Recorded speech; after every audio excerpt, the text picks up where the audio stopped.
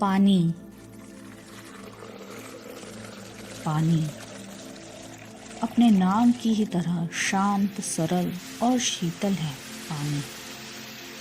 क्या आपने कभी ध्यान दिया है कि जब भी हम किसी जल तत्व भंडार जैसे नदी, नहर, झरना, फव्वारा, समुद्र आदि के निकट जाते हैं तो एक अद्भुत ऊर्जा का स्पर्श हमारे तन मन को झंझोड़ता है।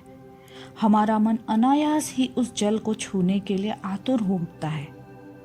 उसमें छपछपाना, खेलना, तैरना और ऐसी साधारण सी जान पड़ने वाली ये क्रियाएं उस वक्त एक विशेष भाव और अनुभूति से सराबोर मालूम होती हैं, क्योंकि जल ही जीवन है।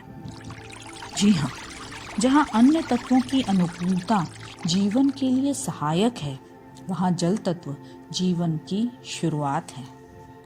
ऐसे कई ग्रह हैं जहाँ वायु, अग्नि, आकाश और धरा है, किंतु जल तत्व के अभाव में जीवन की कल्पना कठिन है। अपनी इसी मूल गुणवत्ता का स्वामी जल हमारे जीवन में भी नए विचारों, नए कार्यों के उद्गम का स्रोत है। ये नए कार्य और विचार अपने साथ एक खास भाव को जन्म देते हैं। इसीलिए पानी का भावनाओं से गहरा संबंध होता है। जैसे इसका खुद का रंग, रूप और स्वाद नहीं होता, फिर भी अलग अलग जगहों और परिस्थितियों में ये अपने रंग, रूप और स्वाद से ही पहचाना जाता है।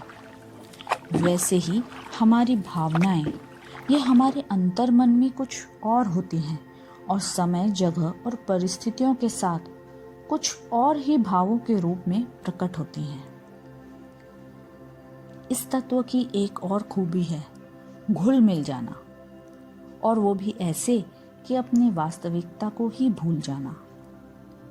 एक गिलास स्वच्छ पानी में एक कण नमक को घोल दीजिए। अब ये पानी इस नून के कण को इस तरह आत्मसात कर लेगा कि इसके अंतिम परमाणु में भी नमक की उपस्थिति को पाया जा सकता है।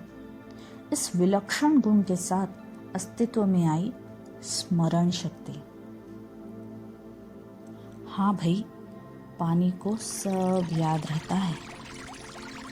जैसे जैसे प्रदूषण से पानी का रंग काला हो रहा है, मनुष्य भी अपना रंग बदल रहा है, और जैसे जैसे भूमंडल से पानी सूख रहा है, जीव का स्वभाव भी रूखा होता जा रहा है।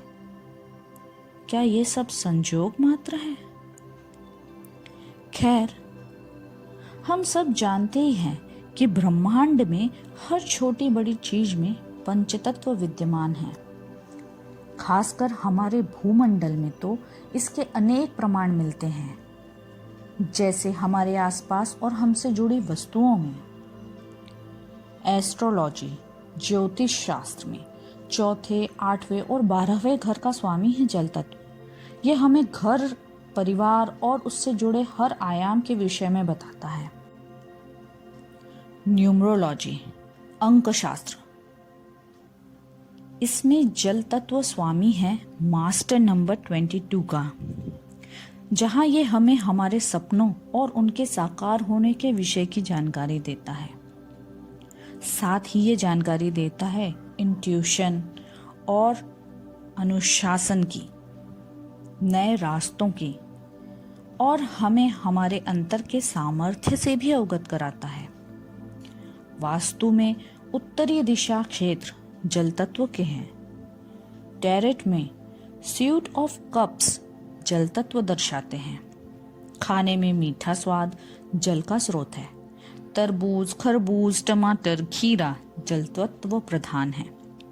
मौसम में बसंत ऋतु जल तत्व है, जब पर्वतों से बर्फ पिघलकर नदियों में बहती है, जब प्रकृति हरी भरी हो, नए सौंदर्य से आबाद हो उठती है। बसंत ऋतु जल की ऋतु है। एलोवेरा, कमल, नींबू आदि जल तत्व प्रमुख पेड़ पौधे हैं। सारे जलचर पानी प्रधान हैं। बेरुज, एक्वामरीन, नीलम, ब्लू सफायर जैसे नील रंग के रत्न और पत्थर भी जल तत्व के अधीन ही आते हैं। पानी बहुत सरल स्वभाव का तत्व है। इसे ज़्यादा क्रोध नहीं आता। हाँ, मगर जब आता है तो भाई, क्रोध भी एक भाव है और जल तो भावनाओं का दाता है।